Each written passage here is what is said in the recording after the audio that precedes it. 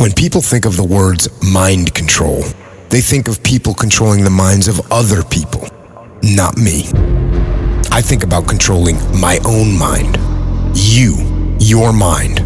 The thing that is listening and comprehending these words right now, that is you, and you can control it.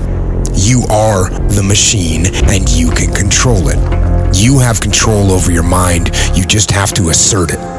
You have to decide that you are going to be in control, that you are going to do what you want to do.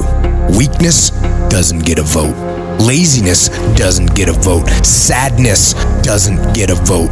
Frustration doesn't get a vote. Negativity doesn't get a vote. Your temper doesn't get a vote.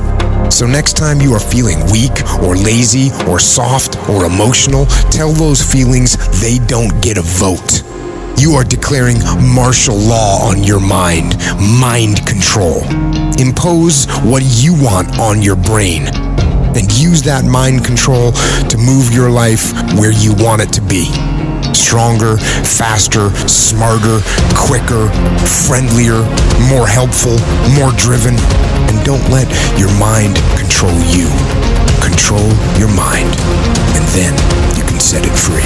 Success is the progressive realization of a worthy ideal. If a man is working toward a predetermined goal and knows where he's going, that man is a success. If he's not doing that, he's a failure. The opposite of courage in our society is not cowardice, it is conformity. And there you have the trouble today. It's conformity. People acting like everyone else, without knowing why, without knowing where they're going. Now think of it. In America right now, there are over 14 million people 65 years of age and over.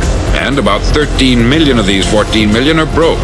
They're dependent on someone else for life's necessities. Why? We conform. And the trouble is that we're acting like the wrong percentage group. The 95% who don't succeed. These people believe that their lives are shaped by circumstances, by things that happen to them, by exterior forces. They're outer-directed people. The only man who succeeds is the man who is progressively realizing a worthy ideal. He's the man who says, I'm going to become this, and then begins to work toward that goal. A success is anyone who is doing deliberately a predetermined job because that's what he decided to do deliberately. But only 1 out of 20 does that. It's possible you've got some talents, some ideas in you, your ability to do some stuff that you haven't even discovered yet. And I'm suggesting that it's necessary that you get outside of your comfort zone. It's necessary that you develop some new relationships where you can learn from people. It's necessary that you do reading, that you do research. It's necessary, if you're already involved in some business, that you don't be satisfied with where you are. If you want to make it today, it's necessary for you to constantly look at ways of getting better.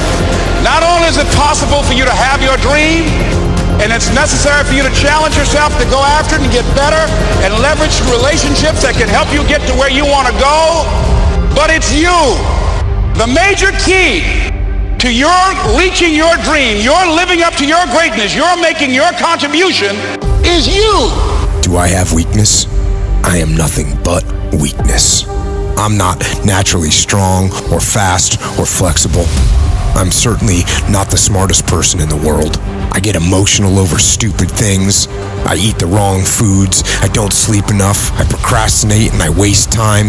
I care too much about meaningless things and not enough about important things. My ego is too big. My mind is too small, often trapped inside itself.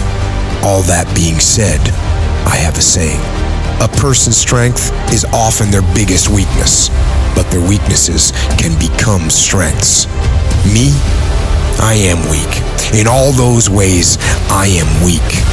But I don't accept that. I don't accept that I am what I am, and that is what I am doomed to be.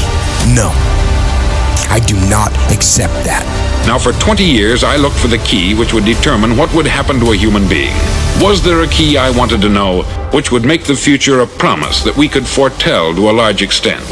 Was there a key that would guarantee a person's becoming successful if he only knew about it and knew how to use it?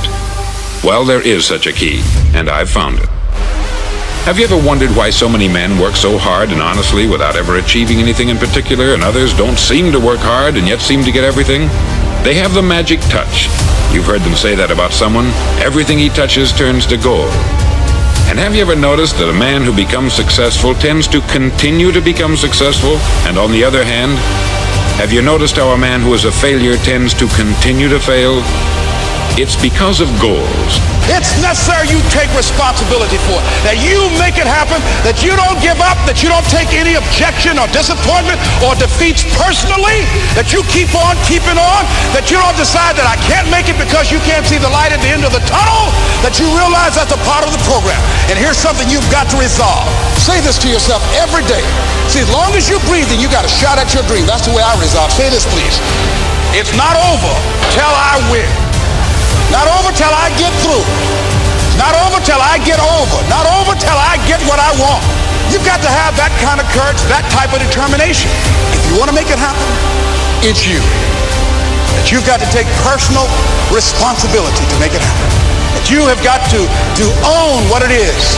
And it actually takes two opposing forces to bring it to life. It takes both emotion and logic to reach your maximum potential, to really give everything you have, to go beyond your limits.